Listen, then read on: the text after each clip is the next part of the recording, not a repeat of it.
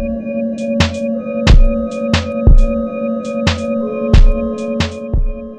right, so this is BlackSquirrelRadio.com live sessions. I'm here with Alex Couts. Why don't you tell us about your project? Yeah, so my project is called Joyd Parker. I play guitar and do vocals for it. I'm one of 5 people in the project. We're kind of a new band. It's hard to say where we're based out of because some of us are from Cleveland. We have somebody from Dover, and then I'm from like Kent and Hudson. But we're moving, and it's a lot of fun to be in. So. All right, and you just cut 2 tracks for us in the BSR studios. Yep. Why don't you walk us through the set? Yeah, so that first song I played doesn't have a title yet. It is, I learned it a couple of days ago, and I really liked it. I've been really influenced by a lot of Alex G and just kind of the style he plays guitar in, but I wanted to pick up the pace. And the lyrics about it are kind of my always... I write a lot of my feelings and how I feel about things through metaphors of religion. There's one line in there saying... that something about the father that was never there for me as a child, which is a metaphor I come back to a lot, which is kind of explaining my how I never really understood or related to a religion or an organized religion, and so that's kind of what that song's about, and just it's an introspective look at myself through those metaphors. The second song is one of the oldest songs I've written. I wrote it for a project called Kevin Has a Drug Problem. Oh man, the summer after my freshman year of college. And it's about this guy who was my best friend in high school, like all throughout high school and even like middle school and elementary school. And then we both graduated and kind of went different life directions. I moved to Kent and went to college, and he like actually moved out of the state of Ohio for a little while and then came back when I went to college. And after not seeing each other for about 8 months, we came together and hung out for a night, and he was just really, really mean to me and just terrible. And honestly, I haven't really wanted to talk to him again since that night. And I remember I left his house that night and went back home and wrote that song about how, my friend was just really mean to me. So yeah. All right, and you kind of mentioned some influences. You dropped Alex G's name, which of course I got to co-sign that.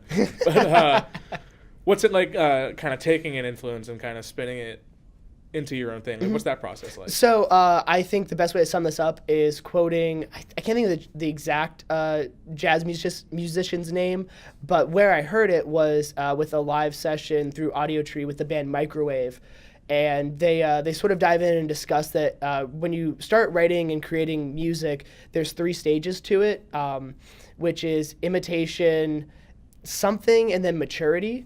And what those stages are is when you first start writing music, you just hear things that you like and you just want to kind of copy those things and do those things. And then after you learn so many new things, you kind of start mixing them together and kind of develop your own sound. And then once you have your own sound, the 3rd stage is maturity, when you write with that sound. So especially with Joyd Parker, the influences are just really broad. They're kind of all over the place, and they're all very different. That's kind of the thing that I really like about this project, is that we can all bring something different. And kind of to speak on the specificities of it, I would say the biggest kind of like overwhelming influence between like the 2 guitars is the band Smashing Pumpkins, but our singer played in a power violence band and loves like progressive metal music and is really into like super technical stuff, while our bassist religiously listens to Modest Mouse. And so it's just bringing all those like heavy influences together to create this odd sort of really sad grunge, but also like pop sort of band. It's really weird, and it's just kind of all over the place, but it all fits within a range of sound, and just being able to do that is a lot of fun. So that's kind of how our influences bring in, is that we all have learned things from our independent influences, and that's how we have kind of crafted our sound. That's pretty cool. Thanks. What's it like taking like a 5-piece band, like you said, and stripping it down to, you were just doing guitar vocals, like yeah. What's it like kind of translating? Yeah, so I don't want to take credit and say like all the songs are written by me, because that's very far from true, and to take any credit for any singular song would be very wrong of me, because the songs would not be what they are without the input of the other 4 members of the band. And honestly, there's also songs that, I didn't have anything to do with, that somebody else in the band wrote. That's also an approach, and there's songs we've written together. But kind of stripping it down, the songs that I've played are songs that I've written, and I play largely rhythm guitar, but there's like solos and lead parts that I also play. So it's honestly just me singing the words that I wrote in a style that like I kind of heard them originally in my head, and then just playing the rhythm guitar parts underneath of them to bring back or kind of give it a backbone per se. And there's a lot of things I can't do. We're a very guitar pedal driven band, a very effects driven band. So we have a lot of fuzz and like delays and things like that. And those are obviously hard to imitate on an acoustic guitar.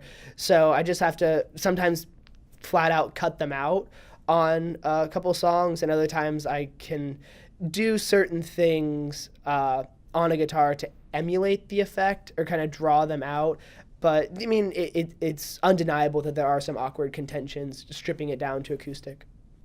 But you think it's? I thought it went pretty well personally. Cool. Yeah, but like, I don't know a whole lot about projects before this. But like, how does it? Is Joyd Parker something different for you? Does it feel like you're kind of branching out? Yeah, so it's definitely a different experience with me. I've been in bands before, but this is the first band that I'm trying to think how to describe it. In bands before, it's like we'd come up with the idea and then we'd try to do that idea.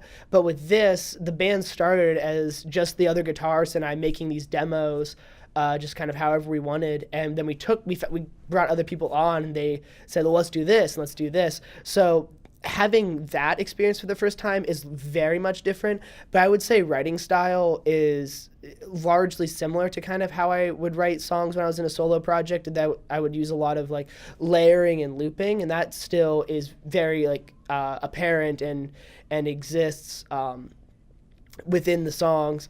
I would say, if anything, it's an expansion on what I used to do by myself when it was just me, a guitar, and a bunch of pedals. Also, the singing is tremendously better. I'm a terrible singer, and now that we actually have a dedicated singer, and I can't even say that, we actually have 4 dedicated singers in our band. Like, everyone in the band does a different vocal style, but we all revolve around our lead vocalist, Jack Jones. Awesome. Yeah. So where can the folks at home find out more about Joyd Parker? Yeah, so Joyd Parker has a Twitter page, at Joyd Parker. That's spelled JoydParker. You can find us on Twitter. You can find my personal stuff that I use to promote a lot at Shut Up Couts. My last name is spelled Couts. And on top of that, we have a Bandcamp called Lifeless Media, which is my own personal kind of label page per se. And on top of that, we're on iTunes, Spotify, Apple Music. We have an EP out now that is available on Apple Music, Spotify, wherever you can stream and digitally download music. And that's where we're at. All right, that's really cool. Cool, thank you. That's Joyd Parker, Black Squirrel Radio Live Sessions. Cool, thanks for having me.